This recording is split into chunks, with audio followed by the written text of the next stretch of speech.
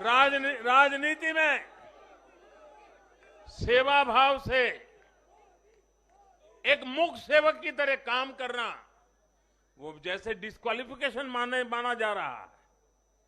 क्या नौबत आई है, ये कैसे नए मापदंड लगाए गए हैं। अब देखिए, मुझे खुशी हो रही है कि हमारे गुजरात के सीएम भूपेंद्र भाई पटेल करीब 2 लाख वोटों से जीते हैं। असेंबली सीट पे लोकसभा में भी कोई 2 लाख से जीते तो बहुत बड़ी बात मानी जाती है। असेंबली में करीब 2 लाख वोट से जीतना, लेकिन ठेकेदारों का, उनका तराजू कुछ और है। और इसलिए भाइयों बहनों, हमें निरंतर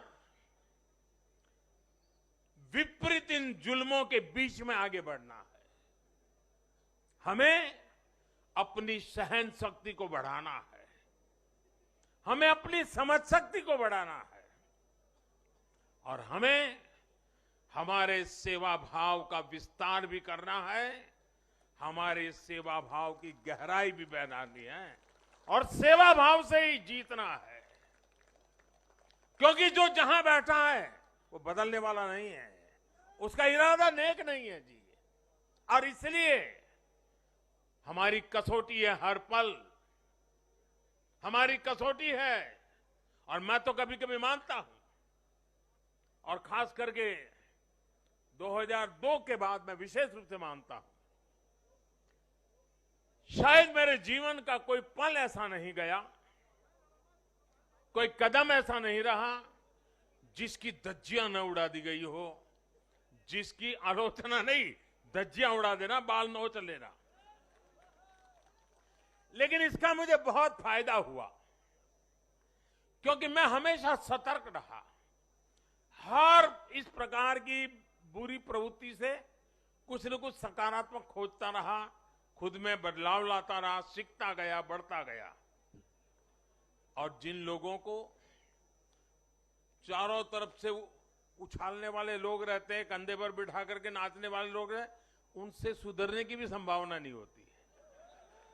वो तो जो है वहां से भी बिगड़ेंगे। और इसलिए आलोचनाओं ने भी हमें बहुत सिखाया है। हर आलोचना में से हमारे काम की चीज हमें खोजते रहना है, हमें अपनी शक्ति को बढ़ाते रहना है, और कठोर से कठोर झूठे आरोपों को सहने का सामर्थ्य भी बढ़ाना होगा साथियों, क्योंकि अब जुल्म बढ़ने वाला है।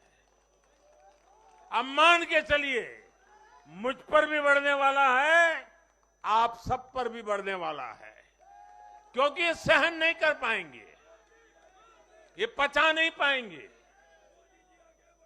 और उसका जवाब यही है, हमें अपनी सहन शक्ति बढ़ाना है, हमें अपनी समझदारी का विस्तार करना है, हमें अधिक से अधिक लोगों को समावेश करने की दिशा में अपने हाथ चौड़ा करके लोगों को स्वीकारना है, स्वागत करना है। सकारात्मक रास्ता, सेवा भाव का रास्ता, समर्पण का रास्ता, यही मार्ग हमने चुना है, वही मार्ग हमको यहां पहुंचाया है। और आगे भी हमारे पुरुषार्थ से, परिश्रम से देश की आकांक्षाओं वाला ये देश भी बनेगा। 2047 जब हिंदुस्तान आजादी के 100 साल मनाएगा, विकसित भारत हमारे नौजवानों के हाथ में हम देके जाएंगे। दोस्तों बोलिए भारत माता की, भारत माता की, भारत माता की। बहुत बहुत धन्यवाद।